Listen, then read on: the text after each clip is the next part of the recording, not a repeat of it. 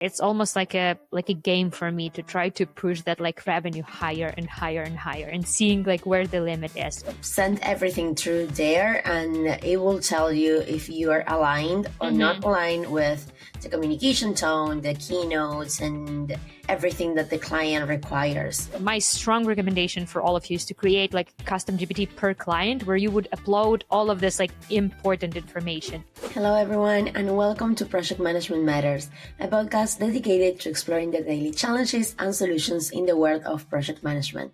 I'm your host Camila and I'm a project manager here at Flowium, and each month we'll dive into real problems project managers face and provide practical insights to help you navigate these solutions more effectively.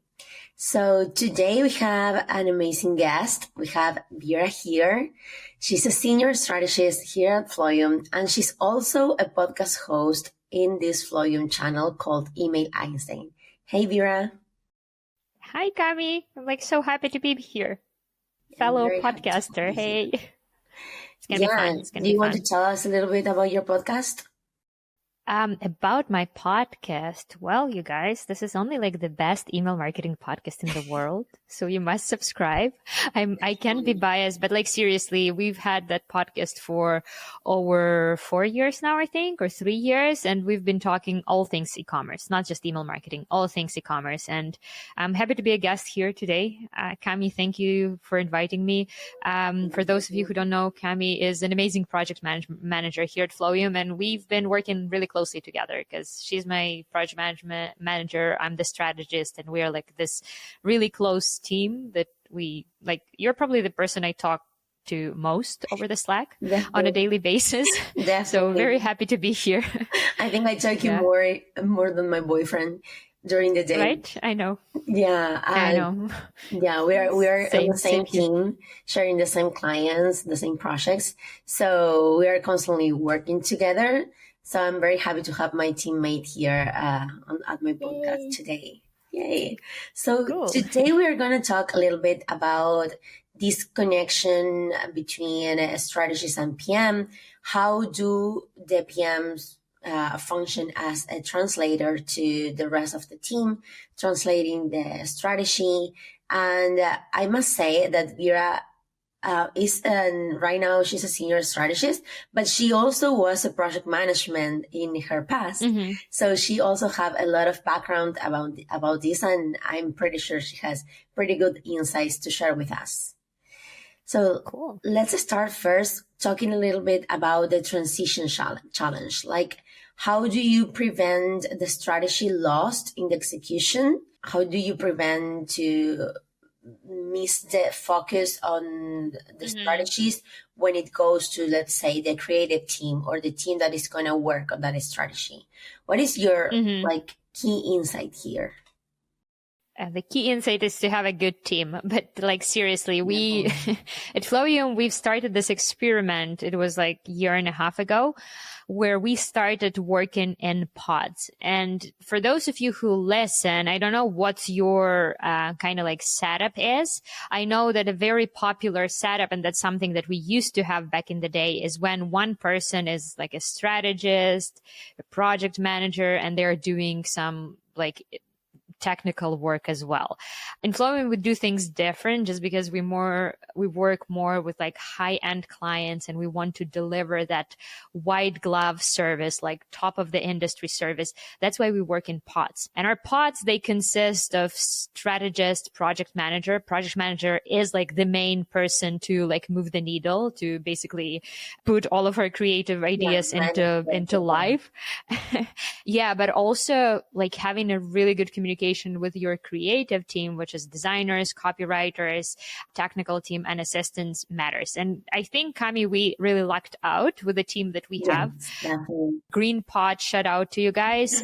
We work with like amazing team. And in most of the cases, I think that they know the projects better than we do. Definitely. Just because, for example, our copywriter who works with this project for like a hair transplant project, ask this girl anything. She's going to tell you like everything you need to know about the hair transplant. So it's like the most important thing for that information is not to be missed. Going back to your question, is having a good team, and project manager is like a glue between like the strategist and the creative team.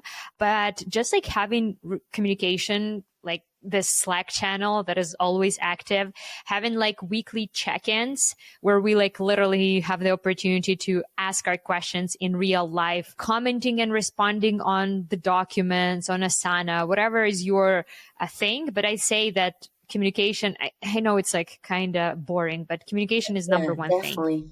And yeah, having that like weekly check-ins that you started, Cami, for like specifically our pod and people that we work with really helps. But it works especially because we work pretty much with like most of our projects are with the same team, right? Yes. So like the same copywriter, same designer. Yeah, and it does help. Definitely. And I think it's really key to have a good teamwork and make everyone feel part of something bigger. So people are just, it's something that is on them. When they feel part of something bigger, they just want to give their 110%. Like they really motivate. They, like we said, our copywriter, I'm pretty sure she knows better our projects than us, because she really dives deep and search a lot of information and bond with the client, tone of communication. And I feel that is also because we try to create this environment where we are all on board to make the client succeed. And recently I gave a training to project managers talking about how important it is to create rapport, not only with your clients, but with your team. And there are 100%. A ton of little things that make the difference, like having like a private Slack channel where you can be really informal with your team, so everyone can feel safe talking there and show like the real challenges of any project, and also show your real challenges, because that makes you human and that makes you transparent. And people can feel related to that. Like people will not feel related to a robot that does everything perfect. So yeah, I feel like give that kind of connection really helps and make things easier. Like Vira said, our team is knows our clients very well. So when we need to pass the strategy to them, that transition is way smoother because you're talking the same language. So, and when we talk about the tools, Cami, and I know you use it a lot, but also like our designers use it a lot, and copywriters, we have this document for every client that is called Keynotes. And in that document, we add everything that is important about the client.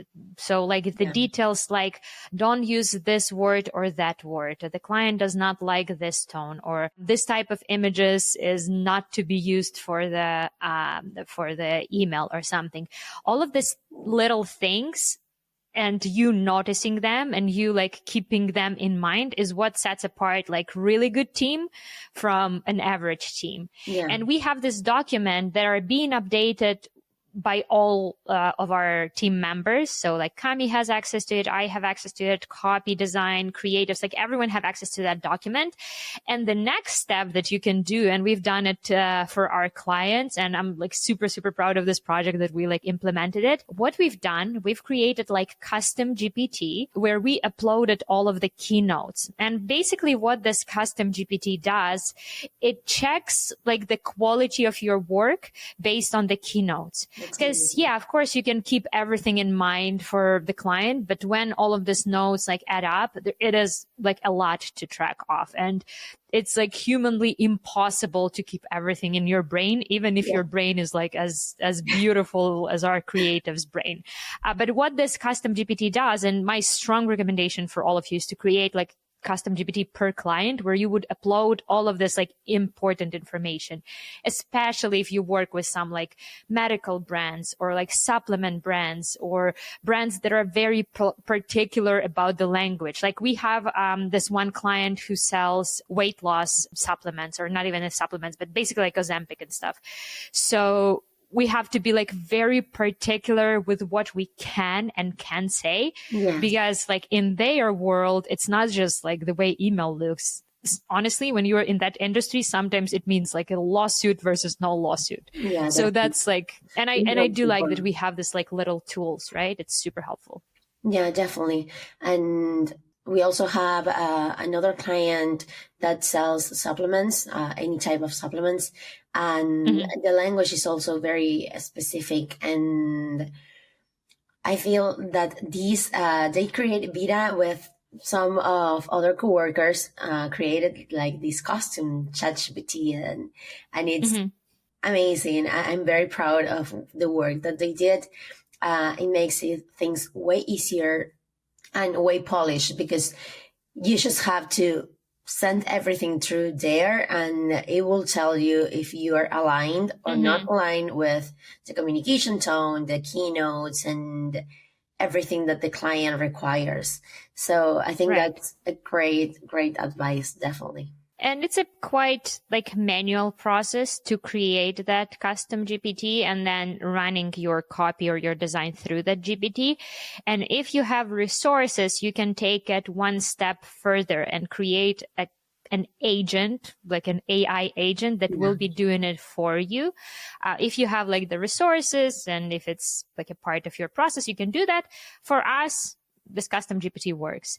And I don't want it to be like a promotion of like OpenAI or ChatGPT or something, but I use it quite a lot in my work. And even like going back to your question on how to not lose things in translation, you know, when we create like guidelines at the beginning of the month or like before the month even begins for the copywriters and designers. Call it brief, like a brief. Or the brief, the guidelines and the brief. What you can also do, especially for the clients that you've been with for a while, you can upload all of this past campaigns into the custom GPT as a reference and then say like, create the guidelines. Here's the example of the guidelines. Here's the example of our previous email. So the system understands the copy. Create guidelines based, or the briefs based on this example and those like email references. And it will save you a ton of time. But also you will be sure that it's like on brand and the voice is like, is okay. Definitely. Yeah. So I think this is a great advice, just to keep like the translation smooth.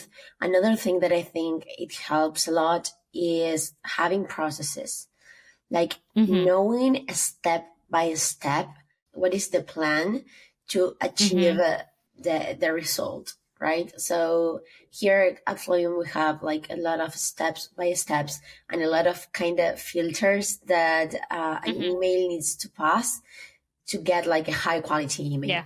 And having people really engage with each step of the process and giving, like I said, the 110% for each step, it really makes the difference. Like having the guidelines, knowing that they are like well done, very accurate with the brand, then send them to the copywriter, having the copywriter taking a real deep research about what it needs to be added, and having these copy made really specific on the communication tone brand. Then having the designer also very involved on the image of the brand makes things way easier. And then having like a technical person checking and reviewing everything makes the process way smoother. Like we don't even realize how the amount of quality emails that we create every day. Right. No, it's like, I like that we have this like thorough processes, right? So for example, before we send email, a few people would check it. A few people would check the links, the discount codes, if they are working or not. The project manager who's setting it up and like scheduling it will check it always before the send. technical team will check it as well. Designer will run it through email on asset to check how the email will look like on like different platforms, on different like desktop, mobile, dark mode, light mode. All of this is a part of the process. But what I also like about our process is, Cami, and tell me if that's how you feel. For some things, we do have strict processes, but we also kind of have the things that we can freestyle with. Yeah. And I think it's like equally important that there is like not a scenario for every call, or there is not a certain templates used, because we are not machines. And that like human element is what makes us a great team, I think. Yeah, definitely. What makes us like a great agency. Yeah. Sometimes I talk with other project managers, other teammates, and they have like different processes and different ways of doing things. And that's what makes us unique. Like, it's not the same. Right. We're not the same for all the clients. Even though we are on the same role, we makes things different. We have our own style. And that is key, because there are some clients that I know feel more comfortable with something more informal. And there are others that need very formal emails or communication.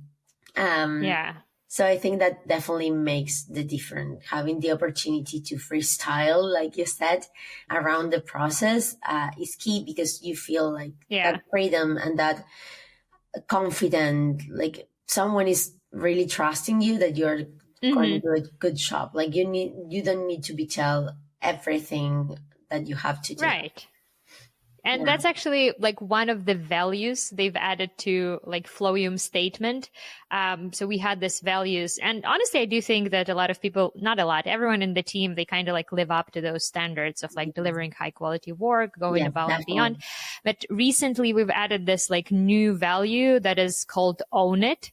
So like, no matter like how you get to the result, we have some guidelines, we have some processes, of course, in place. It's a big portion of what we do, but also we have the freedom to kind of like freestyle it and get it to the results our own way, as long as you own it. As long as you're like, yeah, you can do whatever, as long as you will deliver the result that is kind of expected of you. And that's something I like, actually. Yeah. And you're right, Cami, with like different clients, you kind of like learn their style too. We have these clients who sell, again, the medical weight loss supplements. And at the beginning, I was like writing, and you were writing this like super long emails in a very professional tone, very like corporate-y. And they were like, the reply would be something like, cool, dope, awesome. And you're like, okay, you're a different vibe. We'll adjust. You know what I mean, right? So people are different. So. And sometimes we communicate even better. Like, there are some clients that rather having like a Slack message instead of a Gmail thingy, like more casual. Yeah, it does help. I wanted to ask you and have you telling us a little bit, how do you feel like, or what things are the things that you consider when you create a strategy for each client? Like, do you loaded, besides like seeing the brand and everything, you base on metrics, or like you create really good strategies, sorry. Like, for real, it's noticed, like the amount of experience that you have. Like, when you need to improve click rates, let's do this. When you need to improve open rate, let's do that. How you play with audience and everything, it's pretty amazing. So please share a little bit about that here. Oh, it's a very loaded question, because there's like so much we do when it comes to like creating the strategy. And while there is definitely a big portion of like standard things that you can do, for example, there are 9 foundational email flows that every brand has to have. sometimes people come to us and they're very like skeptical. They're like, we don't want to do this or that. We don't want to be too aggressive. I'm like, Linda, listen, if you set up this 9 flows, you will be golden. Like foundational flows, like abandonment cart, added to cart, browse abandonment, welcome flow, exit, sunset flow. Yeah. These are the basics.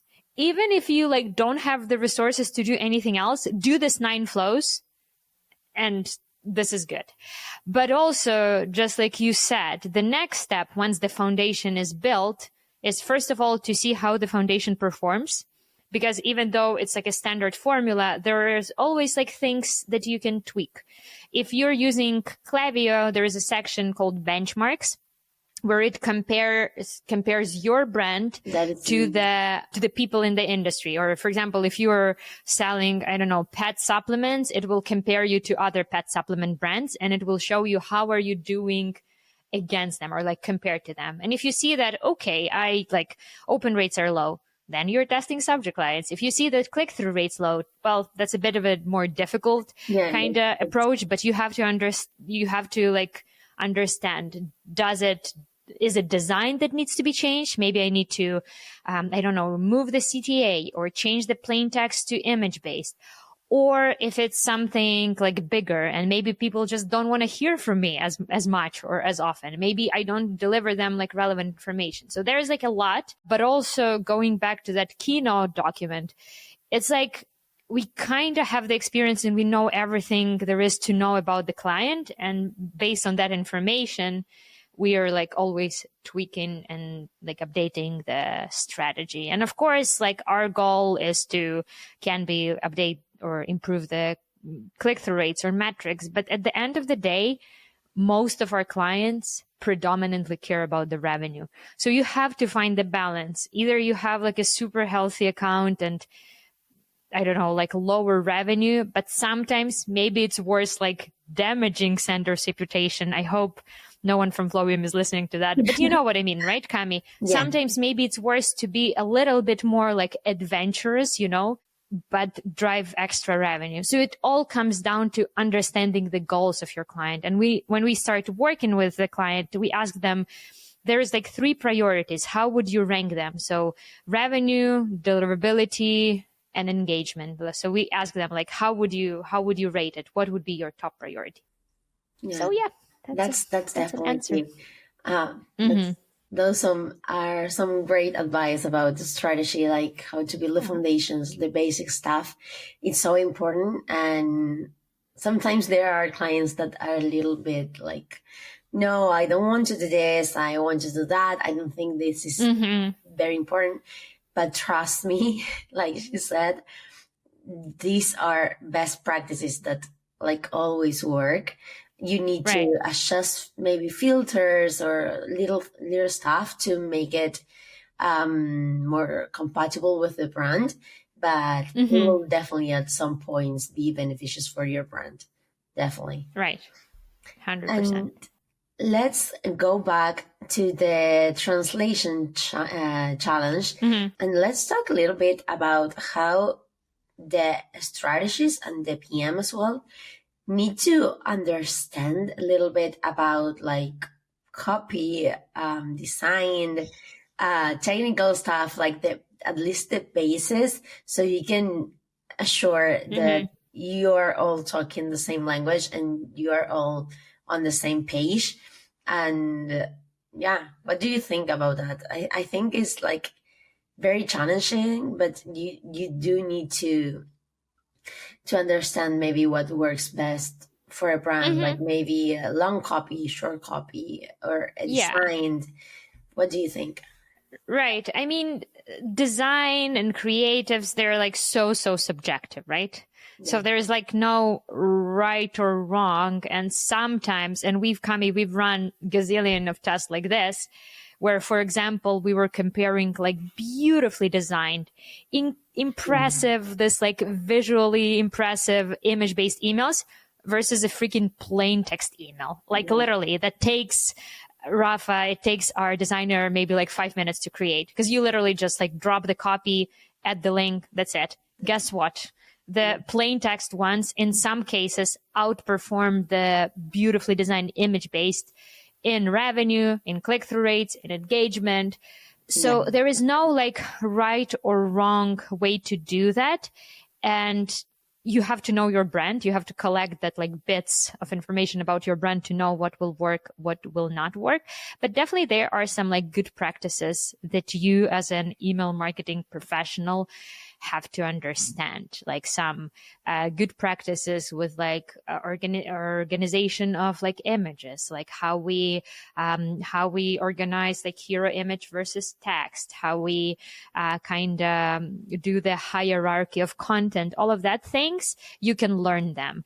And I even think that you can train yourself to see what is going to be like a good performing versus bad performing email. Yeah, sometimes you can tell that as well, because some brands, and that's something that I receive in my inboxes all the time. For example, some brands, they do have this emails where they have ton of copy and the link or CTA at the very bottom. Yeah, how do you think? Will it perform bad or good in terms of click-through rates? Yeah. Probably the majority of the people will not even scroll to the bottom. So as a rule of thumb, for example, what we do, we want to have the first call to action in the first screen of your phone, right? So it's like, so the customer open an email, they don't even have to scroll. It will be in the first screen. This is like one of the examples. So there are like set of rules that you have to follow, but be a bit adventurous as well with like A/B test and everything. Because sometimes what you think will work works the opposite way. Yeah. So that's crazy. Or the same happen with like send times. That is right? Really impressive. Like sometimes a 5 a.m. email works better than I don't know, 2 p.m. Right? Crazy. Or 4 a.m. We even have like one after a test, we realized that the 4 a.m. was like the best time to send an email. And you would be like, are you kidding me? Like everyone is asleep at 4 a.m. But apparently no. And apparently they perform best for some reason. For some clients, of course, it's not like average for everyone. But yeah, there are definitely things that you need to double check. I feel like design matter. Also knowing these best practices for specific emails, knowing like we talked, dark mode, light mode, that is really important to perform. For example, I have on my phone is in dark mode, so I will not receive or perceive the emails at the same way that you maybe do. The design will change and like the colors will adjust, and you need to know about that. As PM, you also need to know like the basis, how to upload things to the email marketing platform. Or even if you're talking about, let's say, a website and you're building a website, you also need to know the basis to arrange some stuff if you need to shampoo or maybe how to upload some images there.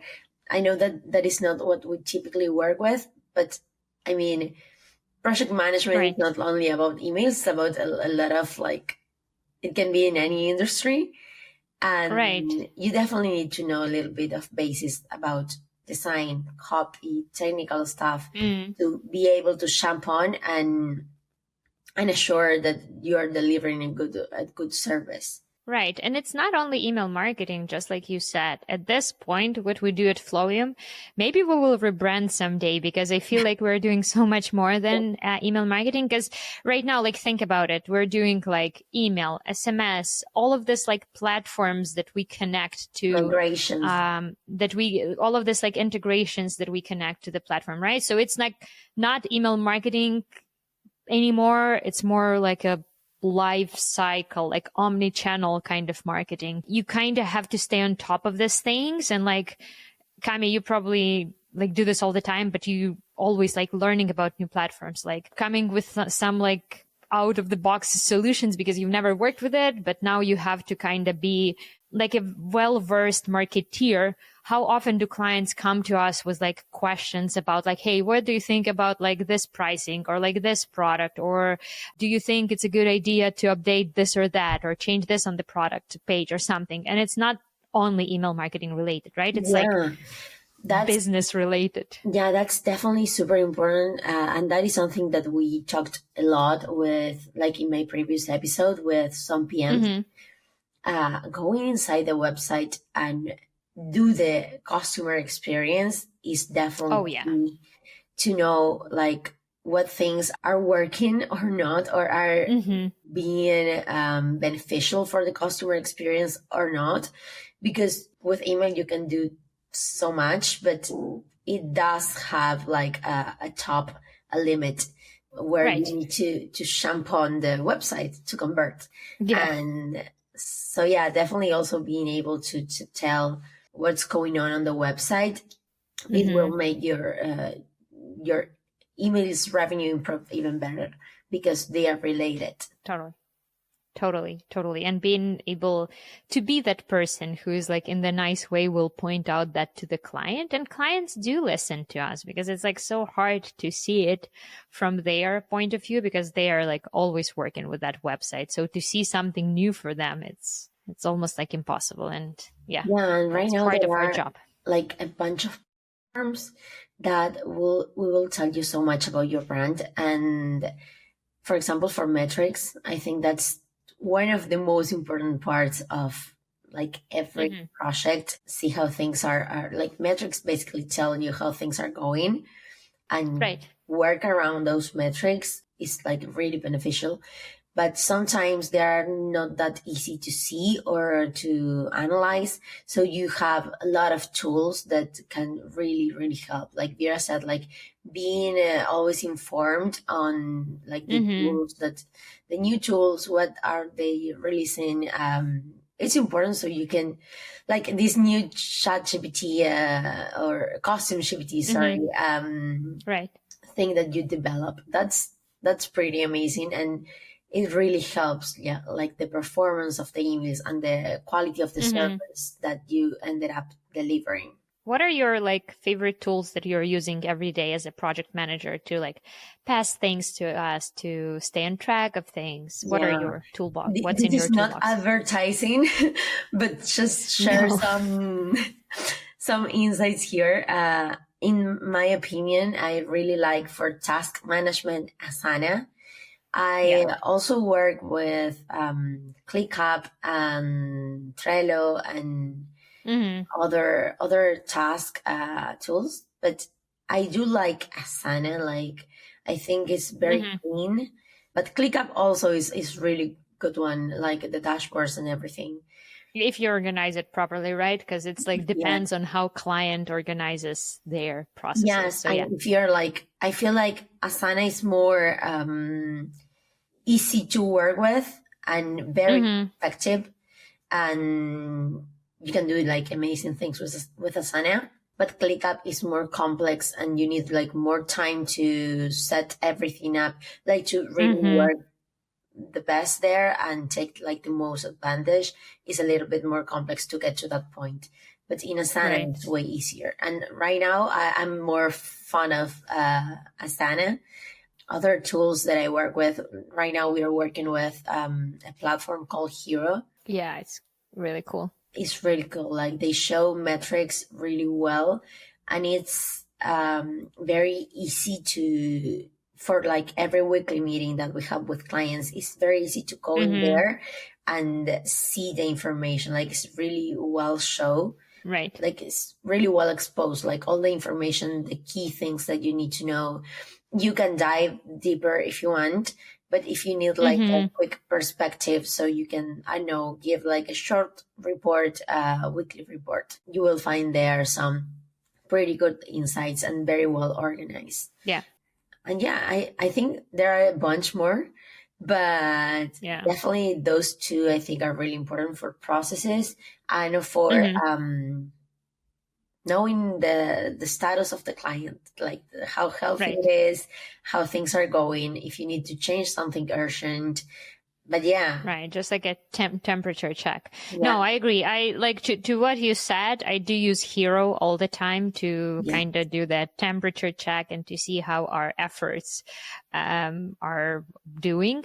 But like the little things that we use all the time is this like light shot, this like a little tool that helps you to do like a quick screenshots, super helpful. Looms. We use this like video recordings all the time because I personally like to pass strategies to the client in like a short video. We do present them on the call, but we also want to have them like recorded somewhere. First of all, for our own sort of like reporting, but also for client to be able to reference it.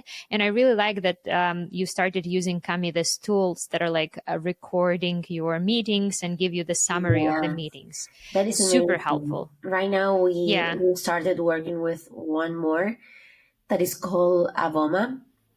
It's like an agent that will record like the meeting, and it's great because you have in there the videos upload themselves on a folder. You have like a bunch of automations that you can do in there, tags, status, and if you need to, you can ask like a question, like an AI question, and said like, what the client told me when I asked this, and it will like tell you exactly, extracting from the meeting, what are you looking for? Or you can like create little, I can never, I don't remember exactly the name. I think it's a snippet, like little like a snippet. Snippets inside of the same meeting. So you can like literally tell, and that is very helpful for the strategists as well, because typically PMs are the main point of contact. So sometimes strategists are not on the meeting and you need, to give like an update. You can tell, go to the snippet 3 and take a look at what we talk. It will better explain that if I send you a message. So that tool is pretty cool as well. No, I love this functionality, and I always check your emails that you send to the clients after the meeting because they're like so action packed, like it's always a ton of actionable items, which is really cool.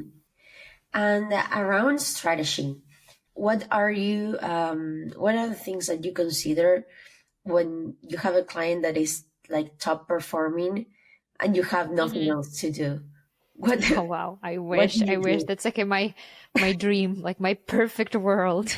Unfortunately, things break, so we always have things to do. But first of all, like maintaining that reputation and maintaining that good sort of like performance takes time and effort. But also, we always start from like the bottom performing metrics and try to fix them.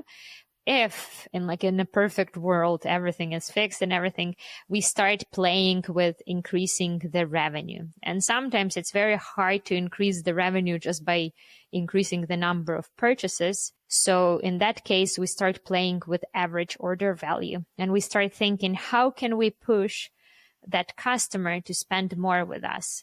Something that has been like super popular, we've been doing this with Cami all the time, is tiered promotions, like spend more, save more. So you can get 10% off if you spend like under $100, or you can get, I don't know, like 20% if you spend over 250, something like this. You know what I mean?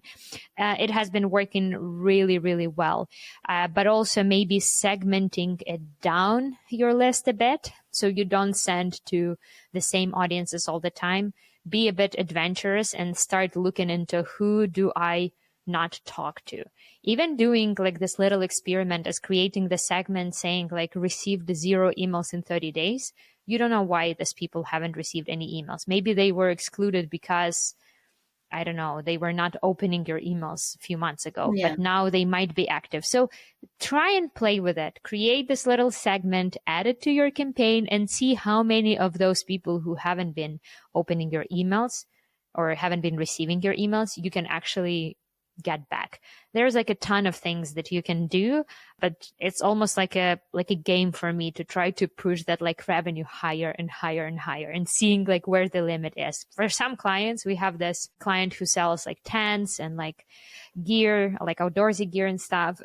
Sometimes we make as much as like 60% of their revenue from emails and SMS because of like our efforts and what we do. So there is like the sky is the limit, and even to maintain that account in like a healthy sort of like way, there is like a ton of things that you need to do on a monthly basis as a strategist, as a project manager, as a technician. Yeah, definitely. And I feel like being strategist, also part of the work is doing constant audits. I mean, for PMs as well. But I feel like strategists can like nurture more about those audits on the account, and being like really aware about what's going on, what things you can improve, or things that needs to stay the same. Sometimes you test new things and you realize like and it doesn't work. Yeah, it's better the way you were doing. Just you need to go back to that. And that is also like very good insight, because, you know, you reached like a limit there. But yeah, and just to finish, to close, what are like the 3 advices that you will give to a strategist? You can tell about like building a strategy, or also how to work with your team, with your PM, how to connect, whatever you want. 3 like advices. Kami, you're putting me on the spot. I feel so important. I want to take advantage of you that you're here. Like you have so much to share. From a strategy standpoint, definitely start from the basics. If your foundation is not built, do not go and try to come up with something like smart and unique. First, develop like a strong foundation. That's like number 1. The second one, well, have a good team, like seriously, because all of your strategies, they worth nothing if there are no like good people who can implement them for you. Like, or maybe I know it's not always up to you, but that like you cannot always pick your team. We are like really lucky with the team that we got. But you can build your team. You can train your team. You can build your team. You can set expectations for your team. You can have a good communication. You can be like relatable and hear them, but also be like push them to do like a better job, because that's your kind of like mission as a leader, I guess. Yes, definitely. So that's the second one. And the third one, just like we discussed, sometimes the things that you test, they don't necessarily mean that every new thing that you test would outperform the previous one. But it doesn't mean that you have to stop testing. Like never stop testing your ideas. And never think that you are smarter than your customer, because what we think would work sometimes doesn't work with a customer. Yeah. So your audience will tell you like what they want to receive you. They will tell you how often they want to hear from you, what kind of email designs they enjoy. But also keep in mind that something that worked in 2024 with your audience might not work anymore. So keep testing things. Even like you can rerun some tests like on an annual basis, like smart send test. You can do it yearly because audience change. Definitely. So yeah. Definitely. Thank you. Yeah. And to add to that last one, this is something that we also said on a previous episode, but listen to your client, because they know their business better than you, because they build it basically from the basis. So that is also, I think, an important thing to add. I know. I think it's always good when you listen to your client and try to learn more about their business. Yeah, well, totally. Thank you so much for being here. Thank you, Kami. An amazing episode. We learned a lot. We have it was fun. Hear someone like with really experience and knowledgement. So please go to Email Einstein podcast here in the same channel, Flowium. you will have like some amazing stuff, AI and everything. What was the last episode about? I don't remember. I think we were talking about improving the click-through rates. I lost track of them. I think the improvement of click-through rates. But yeah, we have a ton of very relevant, up-to-date information there. Yeah. But really, really good information. They are always like talking about the top thing that go out in the market. So I will definitely make that podcast my religion. So you can really be informed there. Is pretty awesome. But yeah, thank you so much for making the time to be here. I really, really appreciate. And yeah, thank you. I hope you enjoyed it. Thank you. I did. I had so much fun. Thank you so much, guys. Nice talking to you all. Bye-bye. See you next month. Bye-bye. Bye-bye. Want to discover how much money your email marketing can actually bring you? If that's the case, let our team of email marketing experts show you how. With our free email marketing audit, we'll conduct a comprehensive analysis of your email marketing efforts, provide you with an action plan, and show you how to effectively segment and convert your audience. Simply go to flowium.com/audit and book your audit today. Hey, if you're watching this and you like what you see, please hit subscribe and hit the bell because it helps us grow our channel.